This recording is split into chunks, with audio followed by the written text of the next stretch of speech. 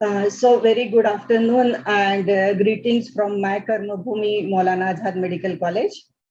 At the outset, I would like to thank organizers for giving me opportunity to be part of this very interesting conference. And after the brilliant lectures by Dr. Tank and Dr. Uma regarding pathophysiology and classification, now we come to the practical exercises on CTG traces, how to interpret and how to manage the cases.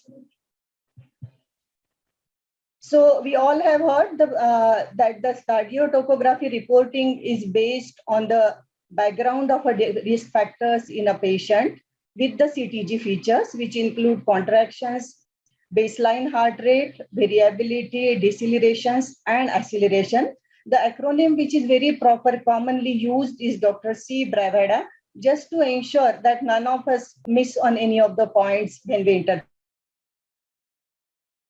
the CTG trace. Now, once you have all the variables assessed in a CTG trace, we'll try to classify the trace as either normal, suspicious, and pathological. So moving on to how to start when you get the trace in your hand. The first step is verify that the trace you have received and patient you are trying to assess match. So check for particulars of a patient, check for the date and time. Dr. Uma has emphasized very appropriately on the significance of time and setting your CTG machine for an individual patient along with the details. So that is the first point we note once we receive the trace in your hand. Second is check if the quality and duration of recording is adequately proper or you can read it or not.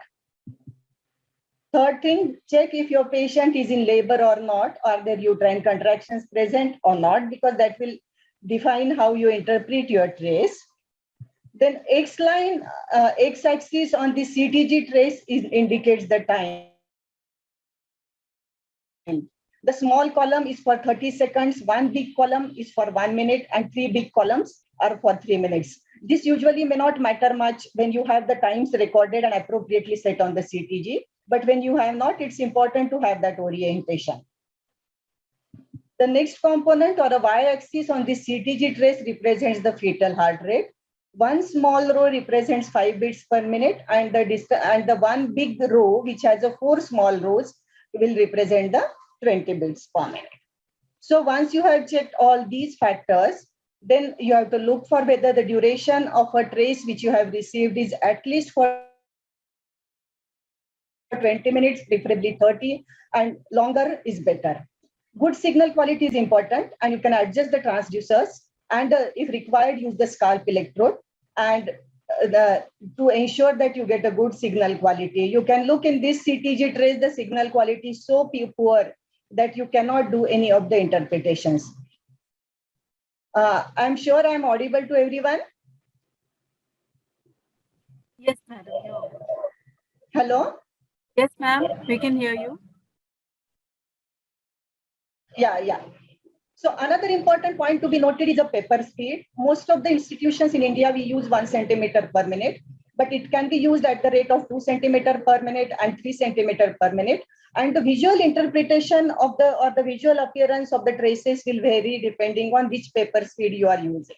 So you should be aware, and every institution should choose and make a protocol regarding the choice of the paper speed that we are using.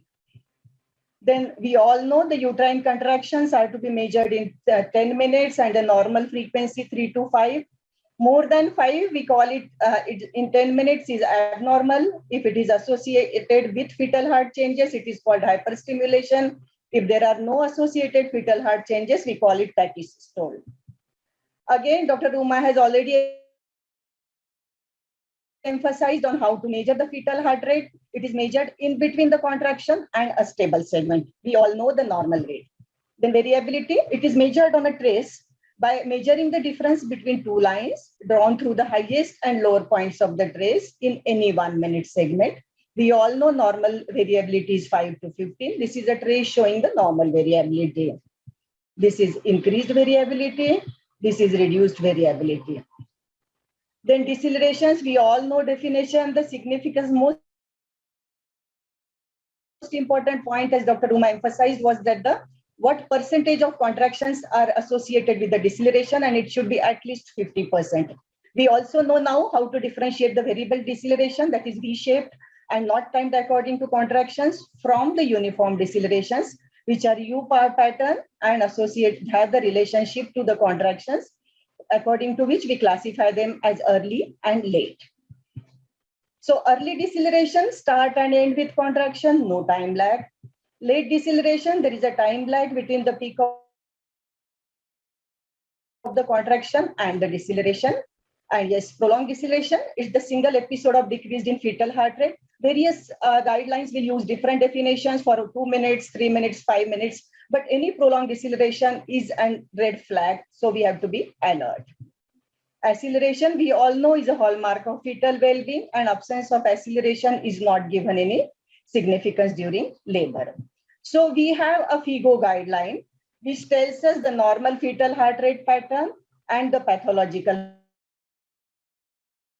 heart rate pattern. Any fetal bradycardia, any abnormality in variability, and any decelerations repetitive and prolonged are considered abnormal.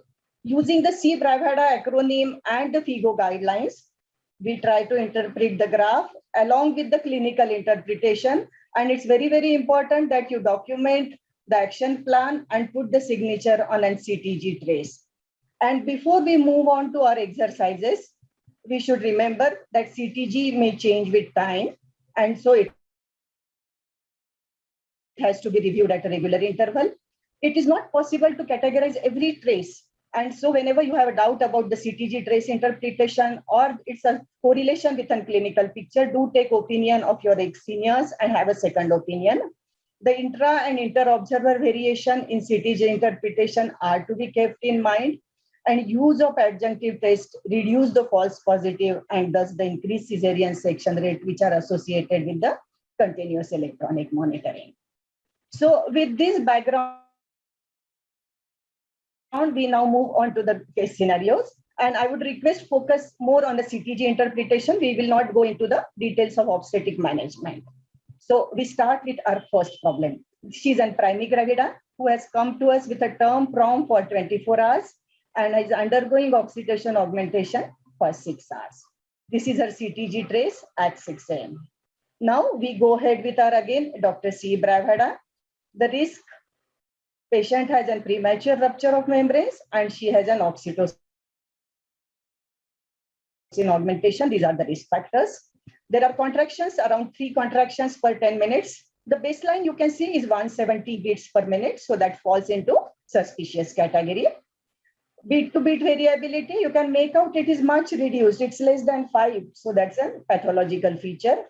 And these are the early decelerations which are occurring with the contraction. So the classification of a trace would be pathological. So what do we do next? We go ahead with the clinical review. So when this patient was examined, she had a tachycardia at the rate of the maternal pulse rate was 106 per minute.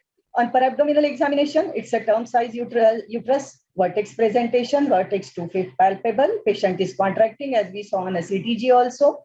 The pervaginal examination is done at this stage, which shows a fully effaced cervix, 6 centimeter dilated cervix, vertex is at -1. Membranes are absent, and because of a pathological CTG, a digital fetal scalp stimulation test was done, which was found to be reactive. So the decision made was oxytocin to be stopped. Patient was put in left lateral position. Intravenous fluids, ringer lactate was started. Dr. Uma has very nicely covered about these interventions. We all know for most of them, we do not have a very strong evidence, but these are all very commonly practiced. And it was decided to review the CTG after 30 minutes. So CTG was reviewed after 30 minutes, 1 hour, and this is the repeat CTG after 1 hour. What are the findings now? Again, the uterine contractions are, there is no additional risk factor which has come. So uterine contractions are 3 in 10 minutes. The baseline is 160 beats per minute. The variability is now 10 per minute. And the decelerations are late. So this CTG still remains pathological. So what do we do? Should we jump to cesarean? No, we go again for the clinical review. On perabdominal examination, now the vertex has completely entered the pelvis. The cervix is fully effaced and dilated, vertex is at +1. So the team decided we'll allow patient to encourage to bear down. And after half an hour, woman delivered normally. It's a male baby with Apgar score 299. So the message, there is a change in CTG. You can make out that the fetal baseline heart rate, which was 170 has come down to 150, 160. The bit-to-bit variability, which was very poor, has improved with her intrauterine resuscitation measures. And the early deceleration have got changed to the late deceleration. So an important message for all of us, CTG change with time, review frequently. And abnormal CTG is not always an indication for cesarean section. Overall clinical review and the clinical decision making is very, very important. So moving on to the second case. She's in third gravida, para 2, live 2 at 41 weeks in first stage. She was induced for post-term pregnancy and now is in active labor and is receiving oxytocin for last 6 hours. This is her CTG. Again, we start with Dr. C. Bravada. So the risk, she's in post-term pregnancy, she had an induction of labor and she had an oxytocin running. These are the CTG findings at 8:30 a.m. What you look in this trace, when you look at the uterine contraction, the number of uterine contractions is 8 per minute. However, you look at the fetal heart rate, the baseline is at 130 per minute. Variability is good, 10 to 15. That is, there are no decelerations and there are acceleration presence. So this makes this graph categorized as a normal fetal heart rate, but there is an uterine tachysystole. So what's our next action? So patient was reviewed clinically. She is a term size uterus. Vertex was 2 feet palpable. Cervix was fully effaced and 6 centimeters dilated at -1 stations and membranes absent. So the decision was made at this point to stop the syntocin on. Woman was again shifted into left lateral position and a close monitoring was continued. So the same patient is being reviewed after 1 hour. Now the uterine contractions have reduced to 3 contractions. FH fetal heart rate now is around 110 beats per minute. The variability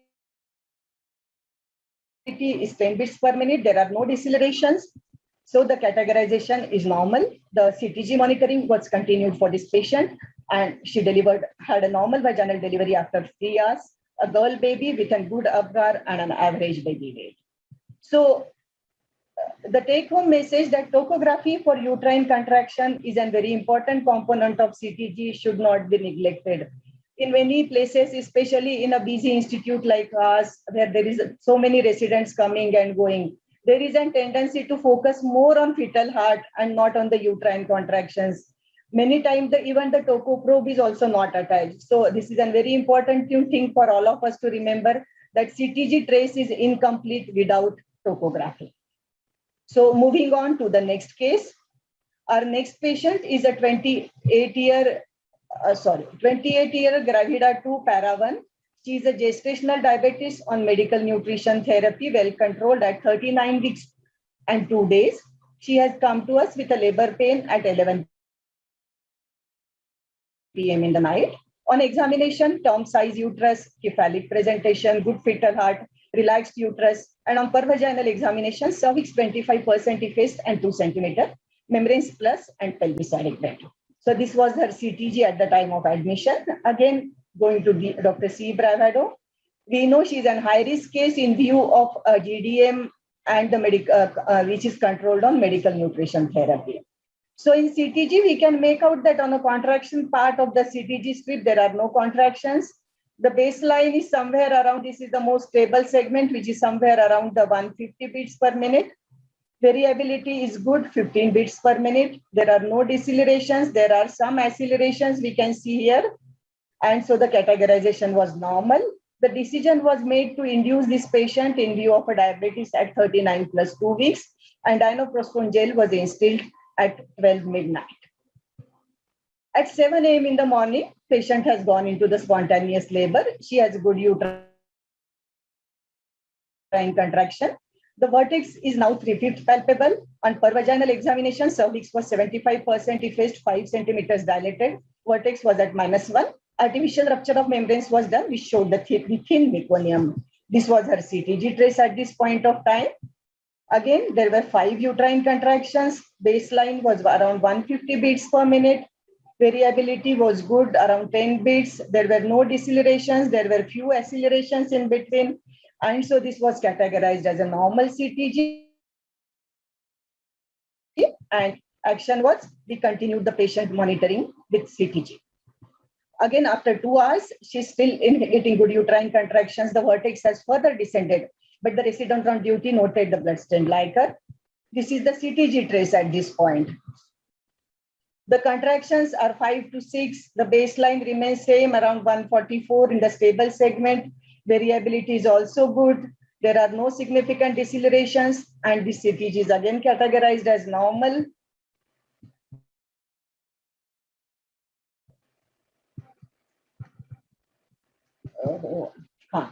So pervaginal examination was done. The cervix was fully effaced and dilated. Vertex was at +1.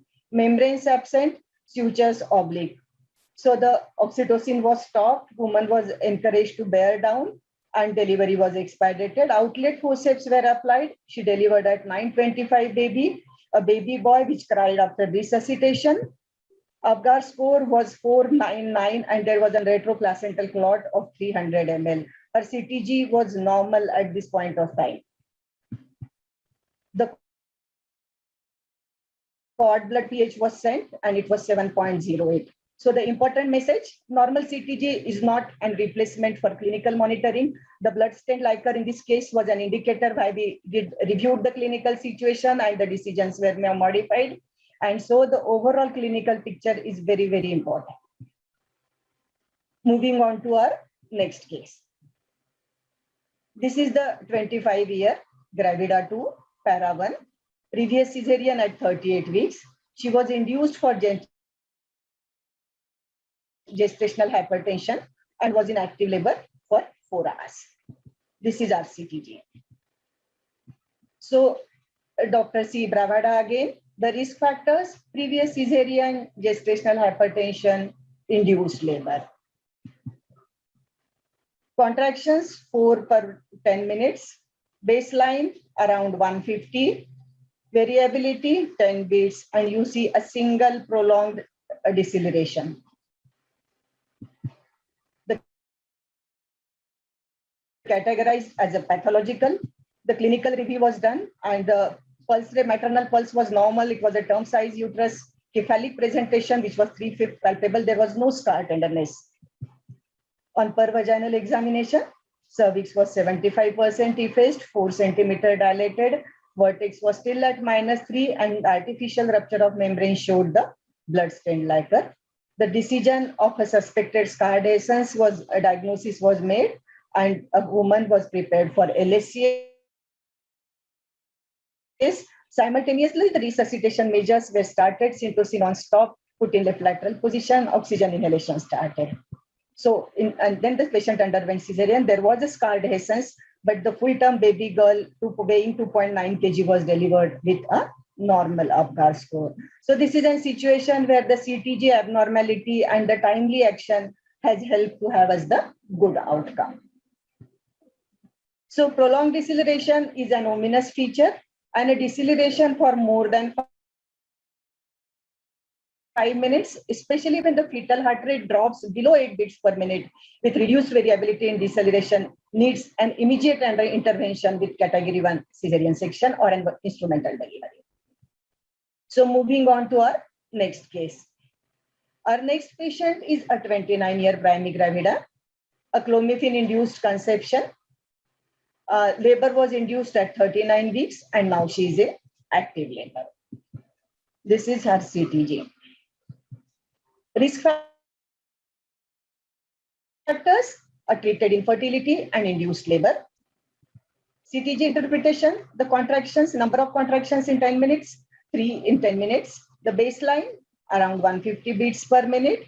Variability, 10 beats per minute. There are no decelerations, and there are to few accelerations, though this doesn't have a significance. It's an reassuring sign that the baby is all right. So the CTG is categorized as normal. The clinical review, routine clinical review for the patient was in term size uterus, vertex was 2 feet palpable, cervix fully effaced, 4 centimeters dilated, vertex at -1, membranes were present, artificial rupture of membranes was done, and there was a clear liquor. So everything was reassuring and the monitoring was continued. And patient had a vaginal delivery after 8 hours with and delivered a girl baby, 2.7 kg with a good ACAR score. Moving on to our next case. She's a 27-year gravida 2, abortion 1 at 38 weeks with intrahepatic cholestasis of pregnancy, for which she was induced. Induction of labor was done with Serviprime followed by an oxytocin, and oxytocin was on flow for 8 hours. This is an CTG at 2 p.m. Again, defining the risk factors, intrahepatic cholestasis of pregnancy is a risk factor. Induction of labor using dinoproston and oxytocin is again an additional risk factors. The CTG shows there are uterine contractions 1 to 2 per 10 minutes. The baseline fetal heart rate we can see here is around 180 beats per minute, and this is a suspicious feature. The bit-to-bit variability seems all right. There are no decelerations and there are few accelerations. So the overall classification of this trace was in suspicious category. The clinical review was done. When the mother was examined, we found that mother was in febrile, fever 99.8 degrees, had a tachycardia of 100 beats per minute. And the complete hemogram which was sent at admission had come by this time, and the total count was 16,300. On obstetric examination, uterus was term size, cephalic, 2 feet palpable. There were mild contractions. On pervaginal examination, cervix was soft, 2 centimeter dilated, and there was a leaking present, which was with clear liquor. So what we do? Since she has a fever with leaking, patient was given paracetamol for a symptomatic relief. She was started on antibiotics, and the CTG monitoring was continued. After 2 hours, this is the CTG. Uterine contractions, again 2 to 3 in 10 minutes. The baseline is 150 per minute. It has now improved than the previous 180. Bit-to-bit variability is normal. There are no decelerations and there are few accelerations present. So this was also categorized as a normal CTG. Patient was further, oxytocin augmentation was continued, and the CTG monitoring also was continued. And the outcome was, it was a normal delivery at 2 a.m. Oh, sorry. A girl child weighing 3 kg was delivered normally. APGAR score was 999. Baby was observed for signs of sepsis, had some fever on day 2 and monitored and treated, and be discharged on day 6. Coming to the next case. This is, she's an 23-year gravida 2 para1 live 1 who was induced for oligohydramnios at 39 weeks. Prostaglandin E2 was instilled at 10 p.m. and in the morning she was reassessed and the bishops had improved. It was 7, so the Synto augmentation was started. At 7 a.m., the artificial rupture of membranes was done. It was a clear lighter. This is an CTG case. Contractions 4 beats per minute, baseline 170 beats per minute, variability 5 beats per minute, decelerations were variable, categorized as suspicious. The clinical review, pulse is 88 per minute, term size uterus, vertex 2 feet palpable, cervix was fully effaced, 6 centimeters dilated, vertex at 0. So the action recommended was syntocinon was stopped because she was already in 6 centimeter dilated. Left lateral position, as per our institutional protocol, the amnio infusion was given. Amnio infusion can be beneficial in a patients with variable deceleration as it reduces the cord compression. The evidence is conflicting, but in a limited resource setting, it is found to be associated with reduced cesarean section rates and improved perinatal outcomes. So woman had a normal vaginal delivery at 2:30 p.m. and the girl baby was born with Apgar score of 999, weighing 2.7 kg.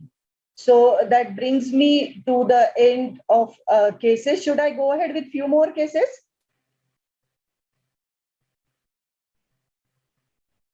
Yes, ma'am. Actually, I think there is enough time. You can go ahead with few more. So no problem. I'll move ahead with few more cases I have, which I thought we may not be able to cover.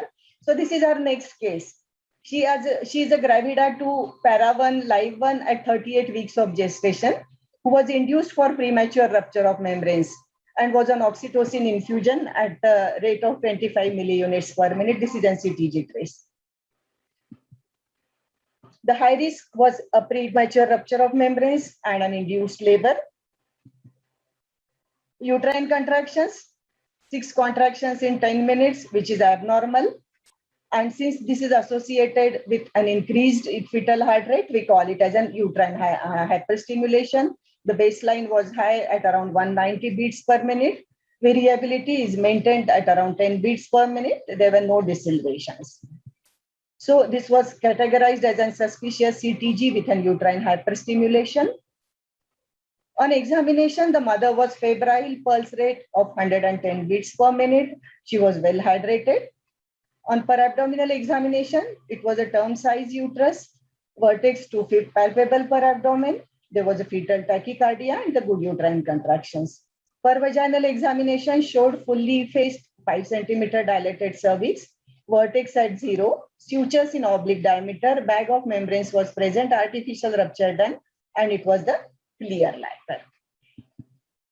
So the oxytocin was stopped, antibiotics were started, patient was given paracetamol, and monitoring was continued.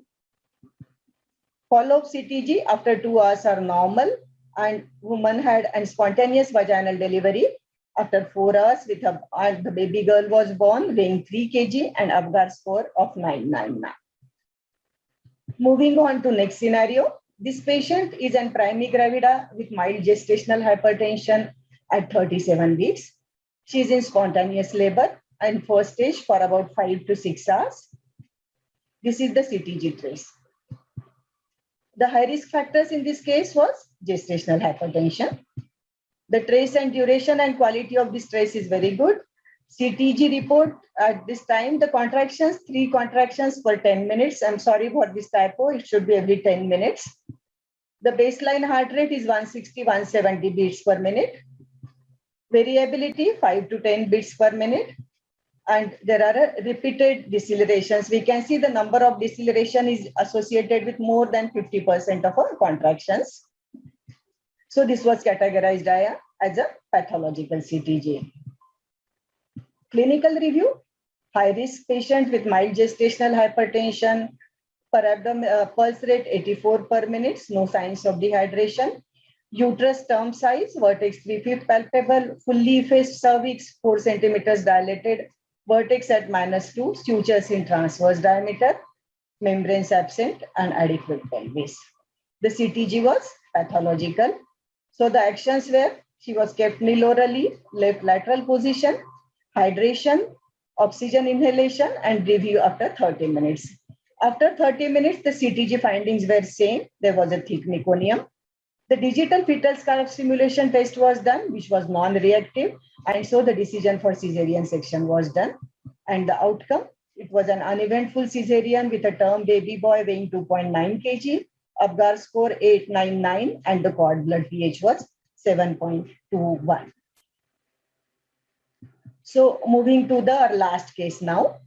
She is the gravida to para 1 live 1 at 40 weeks and 5 days. Reports to labor room with abdominal pain. On examination, general systemic within normal fine limits.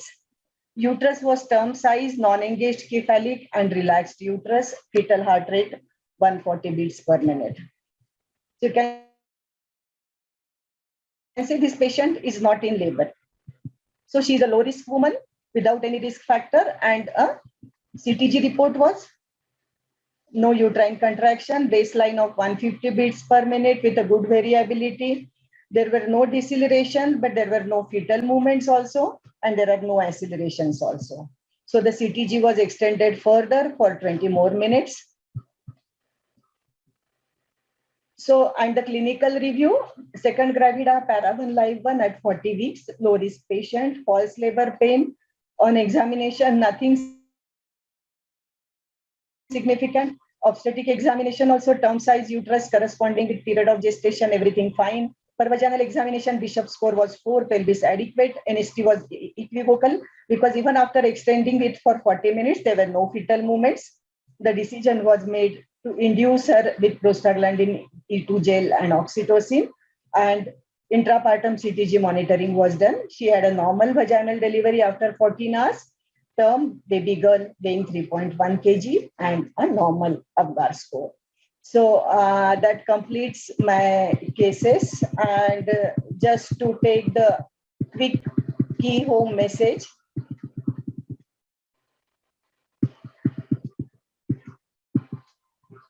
CTG indicates fetal status at the time of recording, and it may change with time. It should be reported at every 30 minutes or 1 hour, depending on the clinical situation. The CTG to be reported as either normal, suspicious, or pathological based on interpretation of each variable, which includes contraction, heart rate, variability, deceleration, and acceleration. The acronym we use as a checklist is Dr. C. Bravada. The institutional protocol should be in place, especially for the use of an adjunctive test if we want to reduce the cesarean section rate, which is increased with the use of CEFM without fetal blood sampling. The management should be based on overall clinical picture and not on the basis of CTG alone. The documentation is very, very important. Name, date, time, interpretation of a CTG, what are the actions planned, and everything has to be legibly signed. It's very important to remember here that the CTG traces are a thermal printed documents and they fade with the time. So it is better if we have a digital record of all these CTG and they are stored in the hospital records.